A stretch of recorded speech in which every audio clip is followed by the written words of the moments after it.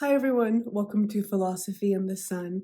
This is episode 7 in my series on Wednesday, and philosophy, and also a little bit of disability theory. And we're going to be focusing, perhaps unsurprisingly, on episode 7. So today I wanted to turn a little bit more in the direction of disability theory. A reason being that our one character, Professor Orloff, who I think you can make a pretty solid case is quite explicitly disabled, has a major role in this episode, and I wanted to just discuss it quite quickly. So Professor Orloff is a prof at Nevermore, Wednesday's knockoff goth Hogwarts, and he is literally just a head in a jar.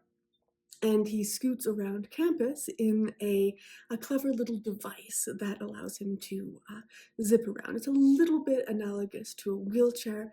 And of course, it's not the same thing. He's a fictional character and no one can just exist as a head, not quite yet.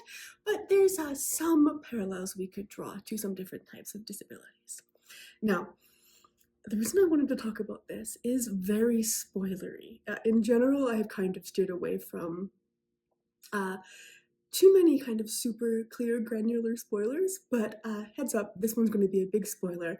So if you'd rather not hear it, I'll see you next week, and I will not mind at all. But in this episode, Professor Orloff gets his brain eaten by a zombie named Slurp.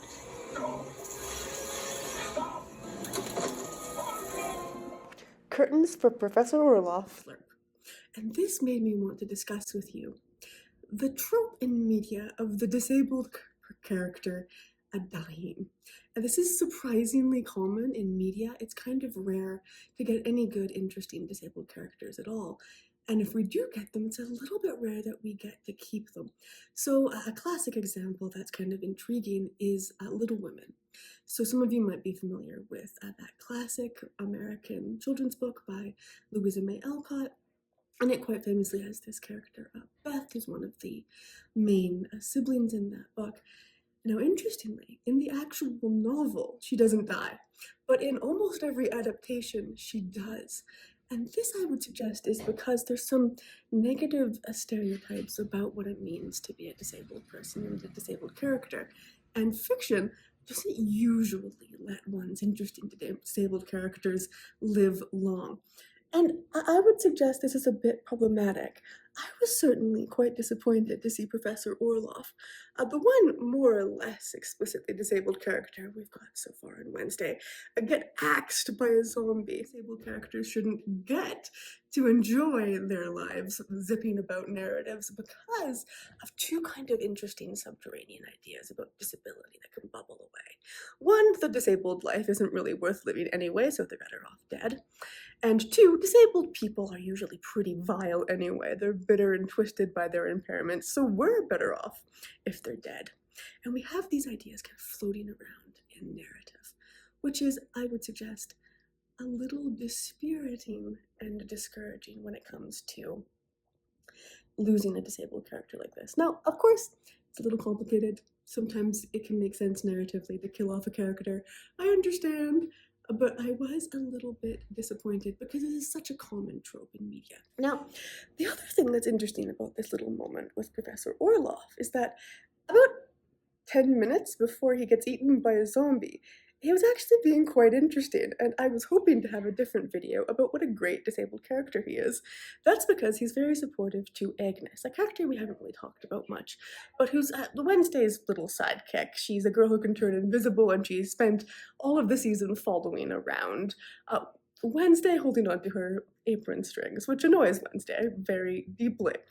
And Wednesday's just bitten Agnes's head off, and she's run to this interesting support group led by Professor Orloff that is a support group of essentially disabled people. A very close analogy for disabled people. That is, in this world of the Addams family here, we've got creatures that are just little parts of a human body. So we have Thing, the animate hand who runs around and is a close family member and friend of Wednesday's.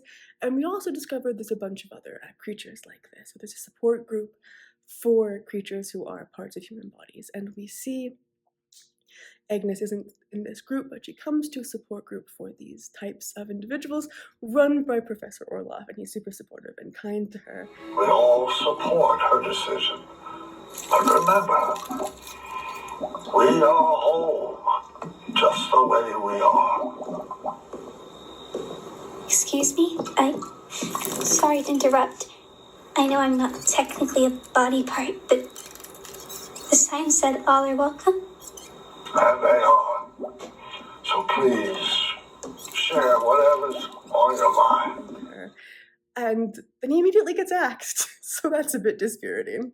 Hopefully the finale next week will be better. I will see you all there. Bye.